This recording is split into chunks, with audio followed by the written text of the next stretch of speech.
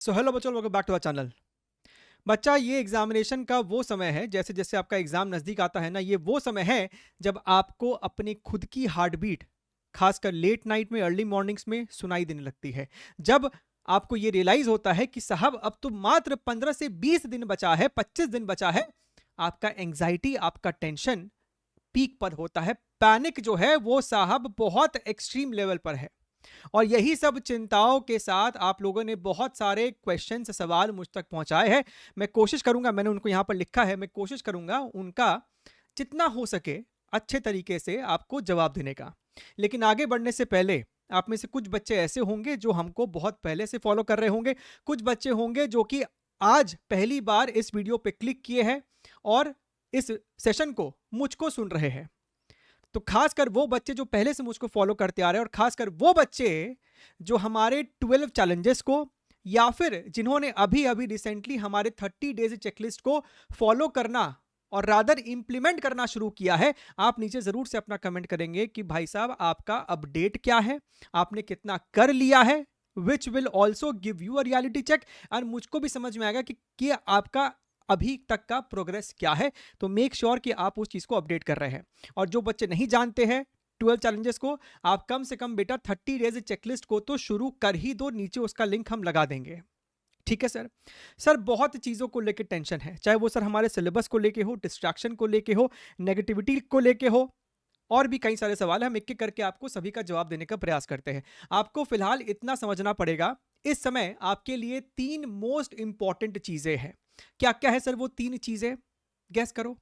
सबसे पहला चीज है आपके लिए प्रैक्टिस।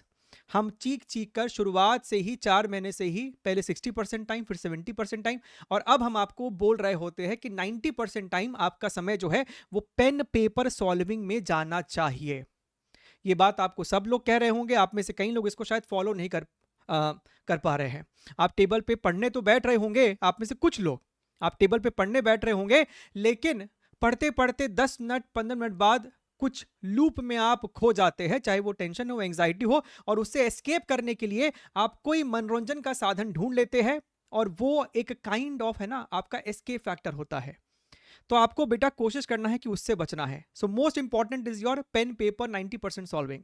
उसके बाद आपका आता है टेस्टिंग, राइट? आप हफ्ते में 2 टेस्ट भी देते हो, that is more than sufficient. लेकिन टेस्ट का मेन पर्पस आपको समझना होगा। मार्क्स आते हैं, नहीं आते हैं, ऑफ कोर्स नहीं आते हैं तो डिस्करेजमेंट होता है, लेकिन अगर नहीं भी आ रहे हैं तो आपका उद्देश्य मार्क्स नहीं, आपका उद्देश्य उससे सीखना है, उसका एनालिसिस है, टाइम मैनेजमेंट है, पेपर अटेम्प्टिंग स्ट्रैटेजी है, यही है आपका उद्देश्य। तीसरा और सबसे क्रिटिकल चीज है आपका रिवीजन। तो इन सभी के ऊपर इन 9 पॉइंट्स पे है, ये 3 पॉइंट, लेकिन इसको हम लोग 9 तरीके से इसको समझने का प्रयास करेंगे। बच्चे हमसे आज भी पूछ रहे हैं कि सर सिलेबस कितना करूं, या फिर सर मेरा सिलेबस अभी भी बचा हुआ है। बेटा तुमको लौटना भी है, समझ रहे हो? When I am trying to say कि आपको लौटना भी है, इसका मतलब है कि तुम सिलेबस करो करो करो, लेकिन उसी डेट तक करना। अगर तुम्हें जनवरी अटेम्प्ट में अच्छा करना है तो सिलेबस उतना ही करना जिसके बाद तुम्हारे पास इतना समय बचे कि तुम लौट भी सको। लौटने का मतलब है रिवीजन। रिवीजन आपका सबसे बड़ा हथियार है जब आपको अपने आप में कॉन्फिडेंस लाना है, बूस्ट लाना है, एग्जाम के दिन नर्वसनेस को हटाना है। कान के पीछे से जब एक पसीना आपको आएगा ना एग्जामिनेशन सेंटर पे, उससे अगर तुमको बचना है, सांस फूलने से बचना है, तो आपका रिवीजन एक्सट्रीम लेवल पे होना चाहिए, आपकी प्रैक्टिस और रिवीजन एक्सट्रीम लेवल पे होना चाहिए। हम हमेशा एक बात कहते हैं कि भैया प्रैक्टिस और रिवीजन इतना करो, इतना करो, इतना करो कि तुम्हारे अंदर से एक आवाज आए कि भाई साहब एनटीए क्या ही पूछ लेगा। और अगर तुम्हारे अंदर अंश मात्र भी ये कॉन्फिडेंस आया है ना, तो आप नीचे जरूर से कमेंट कीजिएगा कि सर एनटीए क्या ही पूछ लेगा, हम देख लेंगे। ये कॉन्फिडेंस तभी आएगा जब आपका प्रैक्टिस और रिवीजन एक्सट्रीम लेवल पर होगा। जहां तक बात है कि सर हम क्या इस समय और नया सिलेबस करें, आप समझिएगा, जाहिर सी बात है कि आपको जितना हो सके फुल सिलेबस के आसपास पहुंचना है। लेकिन इसमें आपको यह भी देखना पड़ेगा कि भैया अगर कोई चैप्टर बहुत बड़ा है, उसको करने में बहुत समय लग रहा है, तो क्या वो चैप्टर वर्थ इट है? और अगर वो चैप्टर वर्थ इट है, आपको समय उतना नहीं मिल पा रहा है, तो कम से कम उसके जो इजी इजी पोर्शंस है, एटलीस्ट उनके जो फॉर्मूला ओरिएंटेड सवाल होते हैं, जो पैटर्न सवाल होते हैं, आप कम से कम उतना करके जाएं। बात समझ में आ रही है? राइट। सेकेंड वेरी इंपॉर्टेंट है बेटा, डिस्ट्रैक्शंस। अभी वो समय है जब तुमको डिस्ट्रैक्शन भी बेहद मिलेगा, चाहे वो घर के आसपास हो, चाहे वो दोस्तों के माध्यम से हो। दोस्ती उसी के साथ रखे जो आपको डिस्ट्रैक्ट नहीं, आपको मोटिवेट कर रहे हो। नेगेटिविटी इस समय आपके चारों ओर इतनी बढ़ सकती है, आपको डिस्करेज करने वाले लोग बहुत ज्यादा मिलेंगे इस समय एज कंपेयर टू जो आपको इनकरेज करे। चाहे वो आपका खुद का इंस्टीट्यूट हो, घर का माहौल हो, दोस्त हो, आस पड़ोस हो, आपको नीचे करने वाले लोग बहुत ज्यादा मिलेंगे कि भाई अभी तक तुम नहीं पढ़ाई किया है, अब पढ़ लेगा तो तुम क्या ही कर लेगा। ठीक है, अगर तुम हमसे पूछोगे, I have been in contact with so many aspirants in the past 5 years 4 years 6 years। हर समय ऐसे कोई ना कोई बच्चे निकल के आते हैं जिनकी आखिरी के महीने में ना एफिशिएंसी पढ़ने की एक्सट्रीम हो जाती है। वो बच्चे गायब होकर पढ़ाई करते हैं, लिटरली वो गायब हो जाते हैं, वो दुनिया को समाज को दिखते नहीं है। कमरे के अंदर टेबल चेयर पे बैठे बैठे हाथ अकड़ जाता है, हाथ जकड़ जाता है, कंधा दुखने लगता है, लेकिन उनकी पढ़ाई रुकती नहीं है। एक जगह बैठे हैं तो बैठे ही है। एक टास्क अगर उन्होंने डिसाइड कर लिया है कि भैया मेरे को ये कंप्लीट करना है तो कंप्लीट करना ही करना है। आप में से कितने लोग ऐसे थे, तुम खुद सोचो, आप में से कितने लोग ऐसे थे जिन्होंने शायद महीने भर पहले ही हमारा 12 चैलेंजेस को शुरू कर दिया होगा और सोचा होगा कि भाई हम तो इसको 30 दिन में निपटा देंगे, लेकिन अभी तक आधा भी नहीं हुआ होगा। और आप ही में से कुछ बच्चे होंगे जिन्होंने शायद अब तक उसको खत्म भी कर दिया है और रिवीजन 1 और रिवीजन 2 कर रहे हैं। आप में से कितने लोग ऐसे होंगे जो इस समय ये डिसाइड किया कि भैया सर का 30 डेज चेकलिस्ट को तो हम टू द पॉइंट अच्छे से खत्म करेंगे। और आप ही में से कुछ लोग ऐसे होंगे जो समय आने के बाद उसको भी आधे में ही शायद छोड़ देंगे। तो आपको सबसे पहले डिसाइड करना होगा, फिक्स करना होगा कि भैया हम ये चीजों को करेंगे और टारगेट लेके खत्म करना है। और ये 6-7 घंटे वाली पढ़ाई से अब काम नहीं चलेगा। कोई टॉपर कितना भी बोल दे कि भाई हम तो 6 घंटा पढ़ते थे, वो 3 साल लगातार 6 घंटे पढ़ाई किया होगा। आप अपना देखिए, आपको जितनी जरूरत है आप उतना पढ़ाई कीजिए, चाहे वो 12 घंटा हो, चाहे वो 14 घंटा हो, चाहे वो 16 घंटा हो। You have to decide. I am not going to decide hours for you. तुमको डिसाइड करना है कि भैया हम सर कितना देर पढ़ाई करने वाले हैं। कुछ लोग हमसे पूछते हैं कि सर हम जनवरी अटेम्प्ट ना सोचते छोड़ देते हैं, सीधे हम सर अप्रैल देंगे। ये पाप करने का सोचना भी मत। जनवरी अटेम्प्ट भी देना है, अप्रैल भी देना है। हाँ, आप ये जरूर अपना ध्यान रख सकते हैं, अगर तुमको लग रहा है कि जनवरी आपकी बस की बात नहीं है तो इस समय आप ये कम से कम कर सकते हैं कि अगर आप 15 चैप्टर कर रहे हैं फिजिक्स में, 10 चैप्टर कर रहे हैं केमिस्ट्री में, वॉटएवर, आप उन चैप्टर्स को इतने अच्छे से करना कि जनवरी अटेम्प्ट के बाद तुम्हें उन्हें दोबारा से जीरो से शुरू नहीं करना पड़े। नहीं तो तुम्हारा सारा प्रिपरेशन बेकार हो जाएगा। जनवरी अटेम्प्ट में तुम ऐसे ही, भले तुम ना दो लेकिन बाकी लोग देंगे, सोशल मीडिया पे इतना उसका बोलबाला हल्ला चलेगा कि तुम उसी के अंदर बहते रहोगे। फिर तुमको पता चलेगा कि तुम्हारे पास सिर्फ 60 डेज बचा है अप्रैल अटेम्प्ट के लिए, है ना। तो थोड़ा सा आपको होशियार रहना पड़ेगा, यहां से आपको अक्ल लगाना पड़ेगा कि आपकी स्ट्रैटेजी कैसी रहनी चाहिए। राइट। मॉक टेस्ट के ऊपर हमने अभी जस्ट चर्चा किया है। मॉक टेस्ट में मार्क्स अगर कम भी आते हैं उसके ऊपर नहीं जाना है। आपका उद्देश्य सिर्फ और सिर्फ उसका एनालिसिस, उससे सीखना है। आप में से कुछ लोग अभी भी होते हैं कि सर हमसे सवाल अभी भी नहीं बन रहा है। अगर तुम 10 सवाल उठाते हो, तुमसे अगर 3 बन रहा है, 7 नहीं बन रहा है, तो ऐसे क्यों नहीं सोचते हो कि भैया तुमको 7 सवाल से सीखने के लिए मिल रहा है। एग्जाम में अगर वो 7 सवाल में से कोई भी एक आ जाएगा तो वहां पे तो कम से कम करके आओगे। ये कोई समय है ही नहीं कि आप डिस्करेज हो किसी भी माध्यम से कि भैया हमसे ये नहीं हो रहा है, हमसे वो नहीं हो रहा है। चीजों को सही करने का समय था 1 साल 1.5 साल पहले। अब जो समय है आपके लिए कि भैया जितना आपको ज्ञान मिल सकता है उसको लीजिए और फिर आखिरी के दिनों में, आखिरी के 10-12 दिनों में उसको फिर समेटने का प्रयास कीजिए।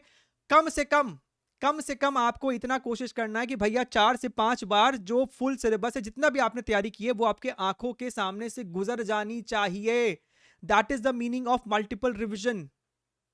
राइट। और खासकर ड्रॉपर्स, हालांकि 12th वालों के साथ भी ये चीज एप्लीकेबल है, लेकिन अभी वो भी समय आ चुका है कि किसी चीज के अंदर अब बहुत ज्यादा डीप में घुसने का जरूरत नहीं है। अगर तुम जान अटेम्प्ट के ऊपर फोकस कर रहे हो, एक समय तक ही आप चीजों को समझिए।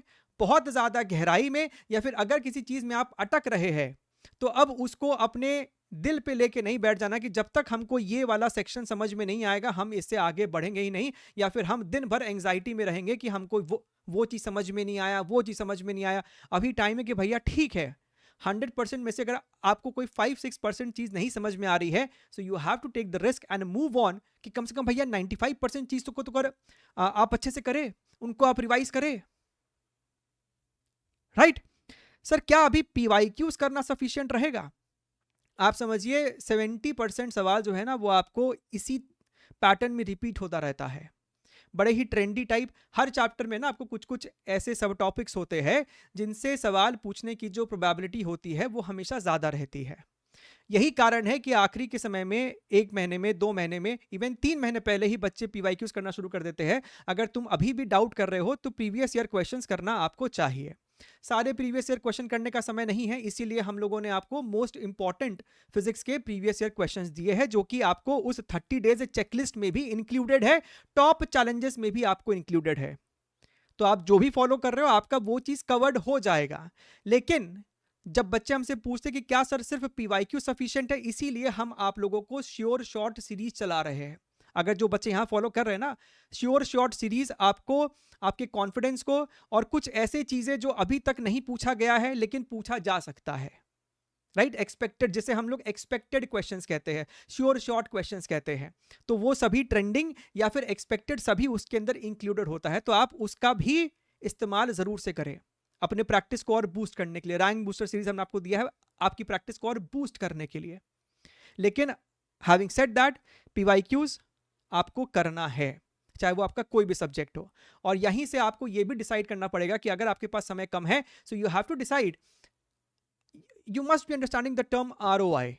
समझते हो? Return on investment. अभी आपको ये चयन करना पड़ेगा कि भाई साहब हम ऐसी कौन सी जगह अपना समय को मैक्सिमम इन्वेस्ट करें जहां से हमको रिटर्न मिल सके।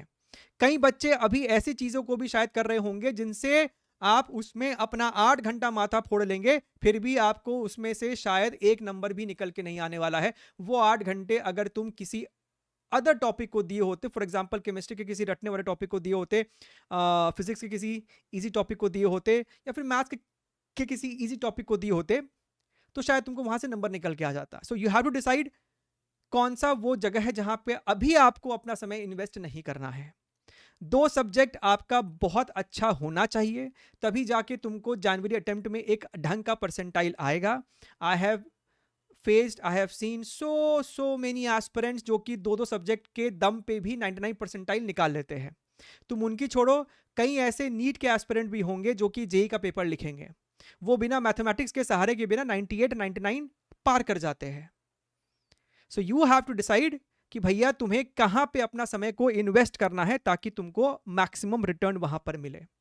सर पेपर के लेवल की एंजाइटी भी हमको हो रही है कि सर पता नहीं 2025 में थोड़ा सा बढ़ा था, 2023-24 सर थोड़ा सा इजी रहा था, है ना, 2020 बहुत टफ था, 21 थोड़ा सा, 22 फिर थोड़ा सा, 23-24 काफी आसान कर दिया, 25 में उनका पूछने का थोड़ा सा अंदाज बदल गया, तो क्या पता सर 26 में और वो टफ कर दे। तुम्हारे कंट्रोल में कुछ है क्या? कुछ नहीं है।